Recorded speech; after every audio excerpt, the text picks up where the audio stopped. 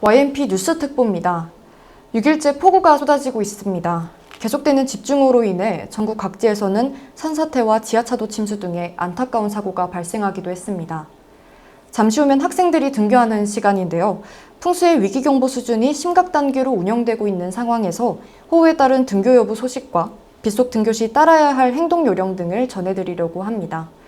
전국 각지로 이어진 폭우 소식, YNP에서 특보로 전해드리겠습니다. 먼저 이 시각 기상특보 발효 현황 짚어보겠습니다. 오늘 오전에 발표된 특보입니다. 정체전선의 영향으로 전국에 비가 내리겠습니다. 강원도 남부 내륙부터 충청권과 남부지방, 제주도 산지에 호우경보와 호우주의보 내려져 있습니다. 대전을 포함한 충청권은 오늘 오전부터 내일 오후까지 시간당 30에서 60mm가량의 강한 비가 내릴 예정입니다. 호우주의보는 3시간 동안 강우량이 60mm 이상 또는 12시간 동안 110mm 이상의 비가 예상될 때 발령되고, 호우경보는 3시간 동안 강우량 90mm 이상 또는 12시간 동안 180mm 이상의 비가 예상될 때 발령됩니다. 재난문자 확인하실 때 참고하시기 바랍니다. 먼저 주말 사이 비 피해 소식부터 짚어봅니다. 토요일, 충청에 집중된 비로 일부 지역 주민들은 긴급 대피했고, 충북 오송에서는 지하차도에 물이 들여차면서 지금까지 12명이 숨진 안타까운 사고도 났습니다. 보도에 안주영 기자입니다.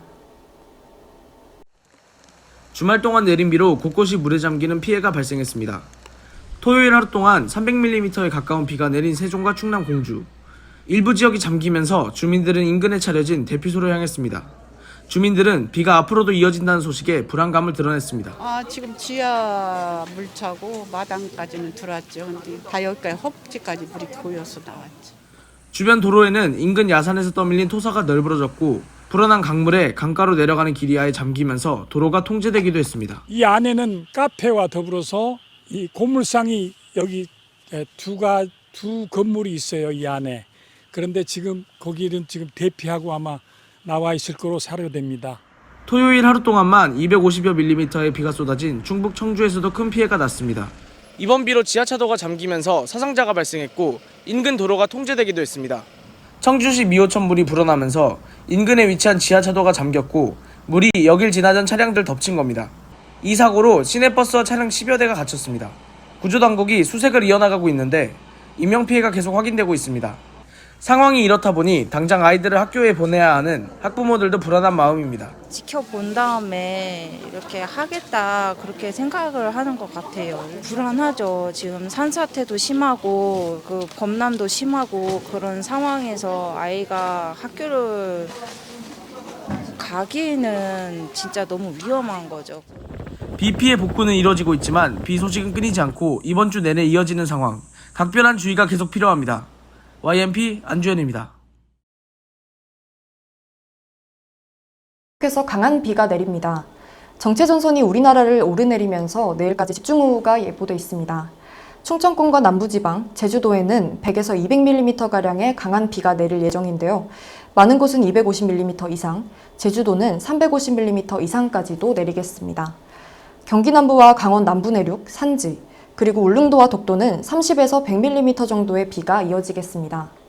서울과 인천, 경기 북부와 남부 내륙, 산지를 제외한 강원도에는 10에서 60mm의 비가 내리겠습니다. 목요일과 금요일에는 장마전선이 남해상으로 물러나지만 주말에 다시 내륙으로 북상할 예정입니다.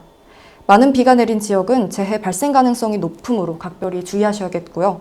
급격하게 물이 불어날 수 있는 계곡과 하천, 그리고 산사태가 발생할 수 있는 위치에는 접근하지 않는 것이 좋겠습니다. 이렇게 많은 양의 비가 한꺼번에 많이 내리는 것도 재난 상황입니다. 어떻게 준비해야 하고 또 특보가 나오면 어떻게 해야 하는지 알아봅니다. 황지우 청소년 기자의 보도입니다. 전국 곳곳에 호우특보가 발효되고 있습니다. 호우경보가 내려지면 건물의 출입문과 창문을 닫고 TV나 라디오 등을 통해 기상 상황을 지속적으로 파악해야 합니다. 차량은 속도를 줄여 운행하고 개울가, 하천변 등 침수 위험 지역에는 접근하지 않는 게 좋습니다. 특히 침수된 도로, 지하차도 등은 사람과 차량의 통행이 금지됩니다. 가스 노출로 2차 피해가 발생할 수 있으므로 가스를 사용하지 않을 때는 밸브를 잠가 가스 노출을 막아야 합니다. 감전의 위험이 있는 경우 집 안팎의 전기시설은 만지지 않습니다. 강풍으로 인해 피해를 입지 않도록 가급적 창문이 없는 욕실이나 집안의 제일 안쪽으로 이동하고 이동식 가옥이나 임시시설에 거주한다면 견고한 건물로 즉시 이동합니다. 농촌 지역에서는 논둑이나 물골을 보러 나가지 않아야 하고 산과 인접한 지역에서는 대피 명령 시 신속하게 안전한 곳으로 대피해야 합니다. 대피하는 경우 대피소에서 생필품 등이 지급되기 때문에 휴대전화와 지갑 등으로 짐을 최소화한 채 대피해야 합니다. YMP 황지효입니다. 네, 이번에는 인천 송도에 나가 있는 안주영 기자와 연결해 호우 관련해서 이야기 나눠보겠습니다. 안주영 기자, 안타까운 사고가 발생했죠. 충북 오송에 있는 궁평 지하차도가 침수됐습니다. 순식간에 물이 들어차면서 사망자가 발생한 건데요. 어떻게 된 일인가요? 네, 수일간 이어진 비로 청주시 오송읍에 위치한 미호강 제방이 무너지면서 발생했습니다. 제방이 무너지면서 범람한 하천의 물이 지하차도를 덮치면서 15대 정도의 차량이 그대로 지하차도 밑에 갇힌 겁니다. 새벽에 사망자가 추가로 발견되면서 현재 13명의 사망자가 발견이 됐습니다. 당초 실종자가 사망자 포함 12명 정도라고 알려졌지만 이는 최소치였고 정확한 실종되는 집계가 불가능하다고 알려졌습니다. 사고가 발생한 지하차도는 궁평 2 지하차도입니다. 근데 근처에 있는 궁평 1 지하차도까지 4대 정도 고립되는 사고가 발생했지만 그곳에서는 모두 대피하는 걸로 발표가 됐습니다. 사고에 시내버스가 휘말렸기 때문에 인명피해가 좀 늘어났습니다. 해당 사고에 휘말린 747번 버스는 호우로 인해 원래 경로가 침수돼서 해당 구간으로 우회한 걸로 알려졌습니다.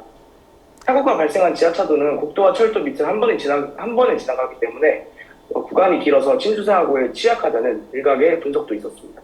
소방당국은 현재 80% 이상의 배수를 진행을 했으며 수색 작업을 이어나가고 있습니다.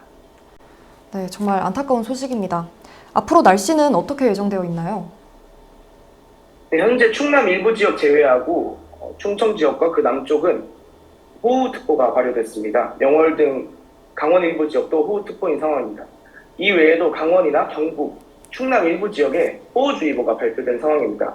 오늘과 내일 중에 충청 그리고 남부 지역에 비 소식이 이어지고 일부 지역에는 200mm의 큰 비가 올 걸로 예상됩니다. 또 연이은 폭우로 지반이 많이 약해진 상황입니다. 비가 오지 않더라도 붕괴 위험이 있는 산 주변이나 또 호우로 인해 파손된 간판 같은 그런 취약한 구조물 밑으로는 가지 않는 그런 주의가 필요합니다. 네, 지금 시각 등교를 앞둔 학생들도 많을 텐데 호우 속에서 학생들의 등교는 어떻게 진행되나요? 변동 없이 등교를 진행하나요? 네, 현재까지 확인된 곳은 충북 한 곳입니다. 충북은 재난상황실을 운영해 학사 일정을 조정하는 것을 발표를 했습니다. 아까 말씀드린 지하차도 침수 사고가 있었던 그 지역 위주로 등교가 조정되는데 충북 내 초중고등학교 7개 학교가 등교 시간이 조정이 됐고요. 1개 학교가 원격 수업으로 진행을 한다고 발표가 됐습니다. 학교 붕괴 사고가 있었던 강원 지역이나 또 다른 재난 상황실을 운영하고 있는 충남이나 부산 등 나머지 지역에는 아직까지 교육청 차원에서 정해진 바가 없다라는 답변을 받았습니다. 그러나 아직까지 교육청 출근 시간이 아니라서 당직실만 있는 상황이기 때문에 정확한 정보는 또 들어오는 대로 확인이 필요할 걸로 보이고요. 또 학교가 개별적으로 정할 수 있는 사안이 있기 때문에 학교의 안내를 좀 더 들어보거나 너무 학교를 가기 위험하다고 판단이 되면 학교에 직접 문의를 해보는 것도 좋은 방법일 것 같습니다. 네, 안주영 기자와 이야기 나눠봤습니다. 감사합니다. 일단 정상 등교를 하는 학교가 아닌 학교보다 많습니다. 이 시간쯤 등굣길에 올랐거나 곧 집을 나서야 하는 학생들이 대부분일 것 같습니다. 어떤 걸 조심하면서 등교해야 하는지 곽하나 청소년 기자가 전해드립니다. 빗속에서 등굣길에 오를 때는 평소보다 안전에 각별히 유의해야 합니다. 스마트폰을 보면서 걷는 등 주변을 살피지 않고 걷는 행위는 매우 위험합니다. 무릉덩이를 피하고 간판 등 떨어질 위험이 있는 물건으로부터 떨어져 걸어야 합니다. 평소에 다니던 길이 침수되거나 침수될 위험이 발견되면서 교통이 통제될 수 있습니다. 이때는 다른 길로 우회해야 합니다. 평소보다 약간 일찍 출발하고 재난문자나 인터넷 등을 참고해 통제 지역을 거치지 않도록 해야 합니다.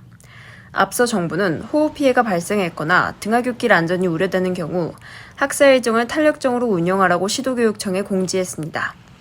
지역 또는 학교마다 등교 시간이나 등교 여부가 다를 수 있어 학교로부터 오는 연락에도 귀를 기울이는 편이 좋습니다. YNP 곽하나입니다. 이 시각 기상특보 발효 현황 다시 한번 짚어드리겠습니다. 정체전선 영향으로 전국에 비가 내리겠습니다. 강원도 남부 내륙부터 충청권과 남부지방, 제주도 산지에 호우경보와 호우주의보 내려져 있습니다.